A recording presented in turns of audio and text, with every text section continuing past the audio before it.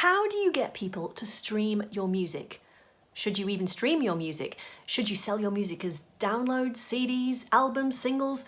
What is the most successful route for independent musicians? I'll be answering that question and more in this video. Let's go!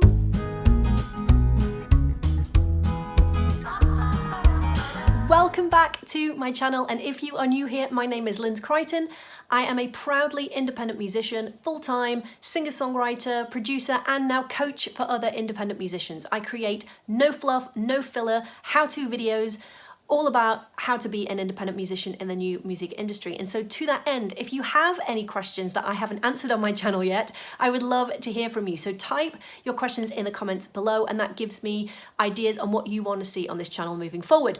But today, I want to share with you a question that I get asked so often, which is, Lynz, should I stream my music or should I try to sell it in the form of downloads and CDs? And my answer to you in return is actually another question. What is your goal?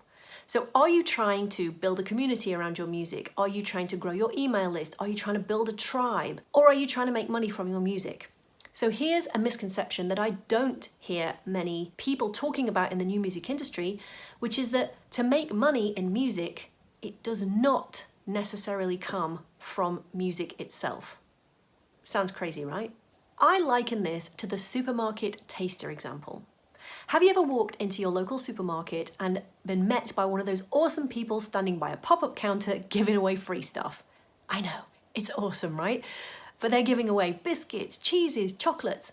That's what we're doing when we put our music onto streaming services. We are giving people a taste of our vibe, our sound, our music, and hoping that at some point people take one step further to come into our community and maybe buy something else, or at least learn a little bit more about us. But often sites like Spotify don't make that easy for consumers. And in any case, people are going to sites like Spotify to listen to music for free, or maybe they're paying their subscription and they're thinking, I'm getting this music for free. Where's then the incentive for them to go and buy it? Seb Clark from alternative streaming service Sonstream recently said in the Independent Music Insider that Spotify use music as a loss leader to better sell their service as a virtual experience.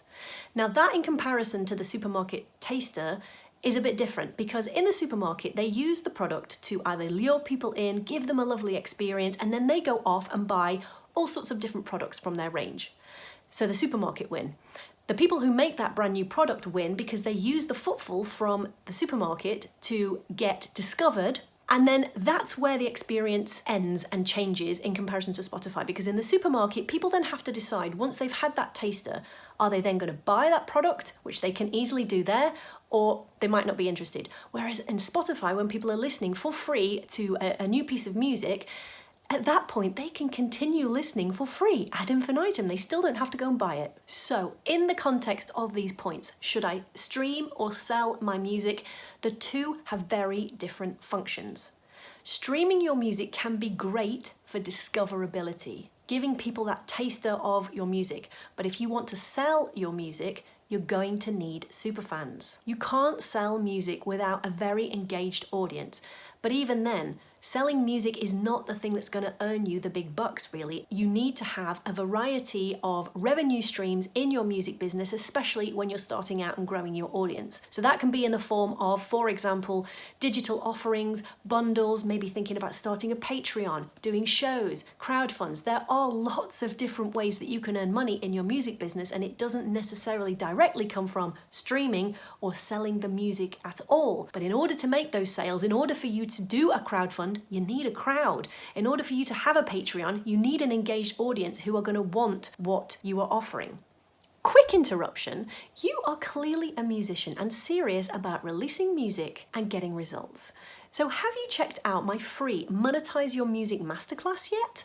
It walks you through step by step of how to build an audience of fans online, to get them to trust you, and you nurture that relationship, which ultimately then allows you to monetize your music. What have you got to lose? It's free. Go ahead to www.musicmarketingmethod.com, sign up for your freebies and register for the masterclass. It's also linked in the description below. Cool? Cool. Back to the video. So to bring this point home about sharing music freely or selling music, I recently had an email from a musician who asked this question. Hey Lynz, I'd like to explore using Bandcamp for our music plays, selling videos and tracks there because we can control limited plays. What do you think? In my reply to this musician and anybody else who is wondering about streaming or selling their music or putting limitations on people being able to listen freely, I would say this. Certainly in the beginning, when you are building relationships and fostering relationships with your audience, putting everything behind a paywall and restricting plays is only counterproductive. Allowing your potential fans to listen to your music over and over gives them more of a chance of turning into a true fan, wanting to buy more of what you do, and this in turn will not only earn you more money over the long run, but it gives that one new potential superfan the feeling that you over-deliver. There is no point in hoping that people will buy it, then hear it, then like it. They just won't. Even a 30-second clip of your music is kind of a waste of everybody's time because it's easier nowadays, more than ever before, to just scroll away and go look at something else. It's actually more important nowadays than ever before to allow your fans to listen to your music over and over and build genuine relationships with fans. Let them grow to love your music. Be prolific with your music making. This isn't just about one track. That's too short-sighted. Let people listen for free and fall in love with your music and you.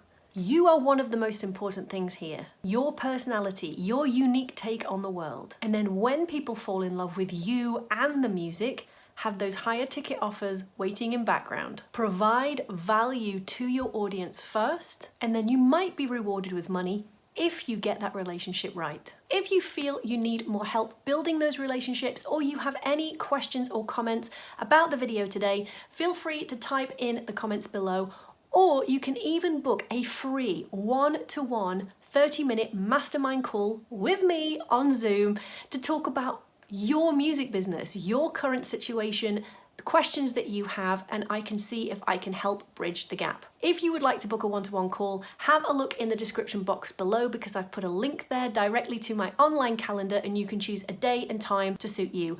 I would love to help you go further, faster with your music career. Until then, I'll see you on the next video. Bye!